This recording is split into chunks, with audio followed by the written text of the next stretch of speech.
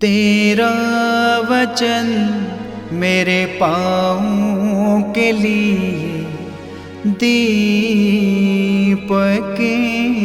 है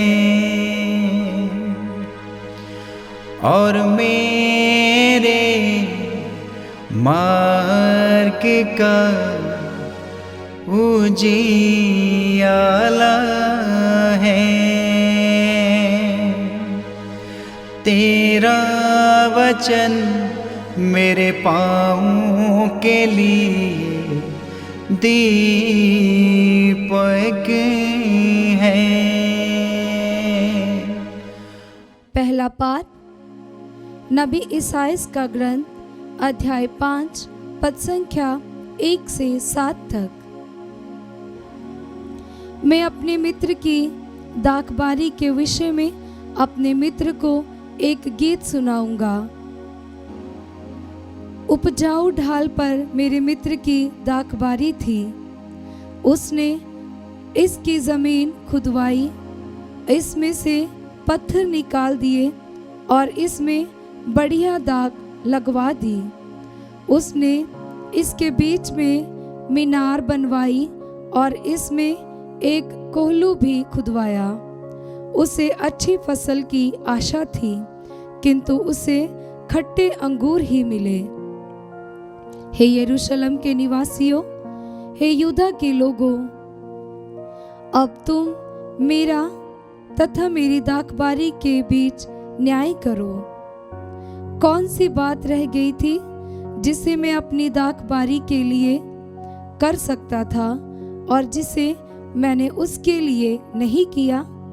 मुझे अच्छी फसल की आशा थी, किंतु मुझे खट्टे अंगूर ही मिले। अब मैं तुम्हें बताऊंगा कि अपनी दाखबारी का क्या करूंगा। मैं उसका बाड़ा हटाऊंगा और पशु उसमें चरने आएंगे। मैं उसकी दीवारें ढाऊंगा और लोग उसे पैरों तले रौंद देंगे। वह उजड़ जाएगी, कोई भी उसे छांटने या खोदने नहीं आएगा और उसमें झाड़ झंखार उग जाएगा। मैं बादलों को आदेश दूंगा कि वे उस पर पानी नहीं बरसाएं। विश्वमंडल के प्रभु की ये दाखबारी इस्राएल का घराना है और इसके उत्तम पौधे यूदा के लोग हैं। प्रभु को न्याय की आशा थी और भ्रष्टाचार दिखाई दिया। उसे धार्मिकता की आशा थी और अधर्म के कारण हाहाकार सुनाई पड़ा। ये प्रभु की वाणी है। ईश्वर को धन्यवाद। भजन अनुवाक्य। प्रभु की दाखबारी इस्राएल का घराना है। प्रभु की दाखबारी इस्राएल का घराना है। तू मिस्र देश से एक दाखलता लाया। तूने दूसरे राष्ट्रों को भगाकर उसे रोप दिया। वह अपनी डालियां समुद्र तक और अपनी टहनियां नदी तक फैलाती थी। अनुवाक्य। प्रभु की दाखबारी इस्राएल का घराना है। तूने उसका बाड़ा क्यों तोड़ डाला? उधर निकलने वाले उसके फल तोड़ लेते हैं। जंगली सुअर उसे उजाड़ते हैं और खेत के पशु उसमें चरते हैं। अनुवाक्य। प्रभु की दाखबारी इस्राएल का घराना है। विश्वमंडल के प्रभु, स्वर्ग से हम पर दया दृष्टि कर। तूने ये दाखलता लगाई है, आकर इसकी रक्षा कर। अनुवाक्य। प्रभु की दाखबारी इस्राएल का घराना है। हम फिर कभी तुझे नहीं छोड़ेंगे। हमें बचाने की कृपा कर, जिससे हम तेरी स्तुति करें। विश्वमंडल के प्रभु, हमें वापस बुला। हम पर दया दृष्टि कर और हमारा उद्धार हो जाएगा। अनुवाक्य। प्रभु की दाखबारी इस्राएल का घराना है। दूसरा पाठ। फिलिपियों के नाम संत पौलुस का पत्र, अध्याय 4, पद संख्या 6 से 9 तक। पाठ का मूल संदेश है, ईश्वर की शांति आप लोगों के साथ होगी। किसी बात की चिंता मत कीजिए, हर ज़रूरत में प्रार्थना कीजिए और विनय तथा धन्यवाद के साथ ईश्वर के सामने अपने निवेदन प्रस्तुत कीजिए। और ईश्वर की शांति जो हमारी समझ से परे है, आपके हृदयों और विचारों को यीशु मसीह में सुरक्षित रखेगी। भाइयों, अंत में ये जो कुछ सच है, आदरणीय है, जो कुछ न्याय संगत है, निर्दोष है, जो कुछ प्रीतिकर है, मनोहर है, जो कुछ भी उत्तम है, प्रशंसनीय है, ऐसी बातों का मनन किया करें।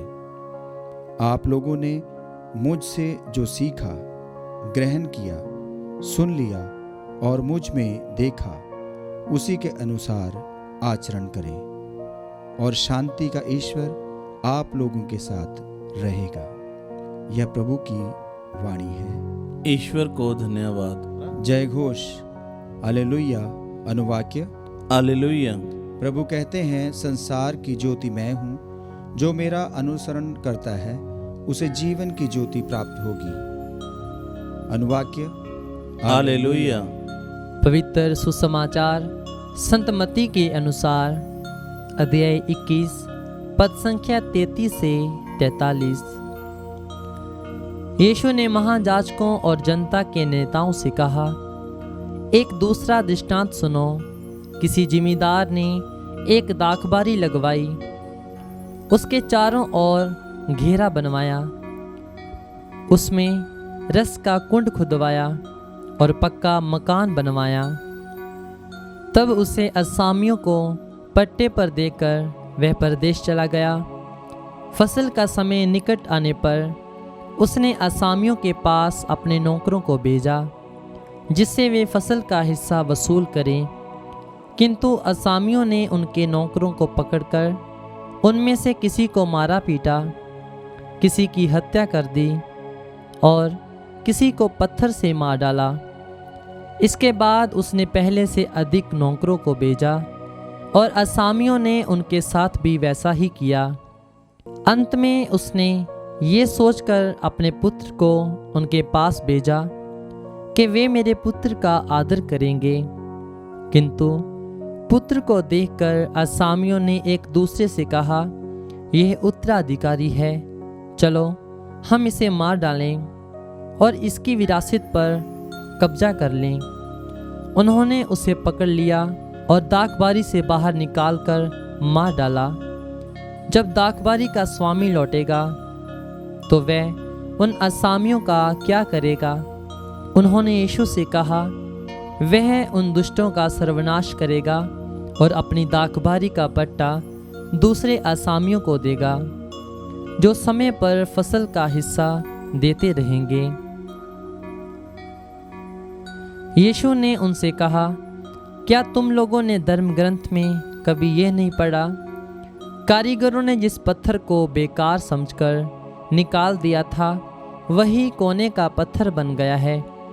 यह प्रभु का कार्य है, यह हमारी दृष्टि में अपूर्व है। इसलिए मैं तुम लोगों से कहता हूँ, स्वर्ग का राज्य तुमसे ले लिया जाएगा और ऐसे राष्ट्र को दिया जाएगा जो इसका उचित फल उत्पन्न करेगा। यह प्रभु का पवित्र सुसमाचार है। ख्रीस्त की जय।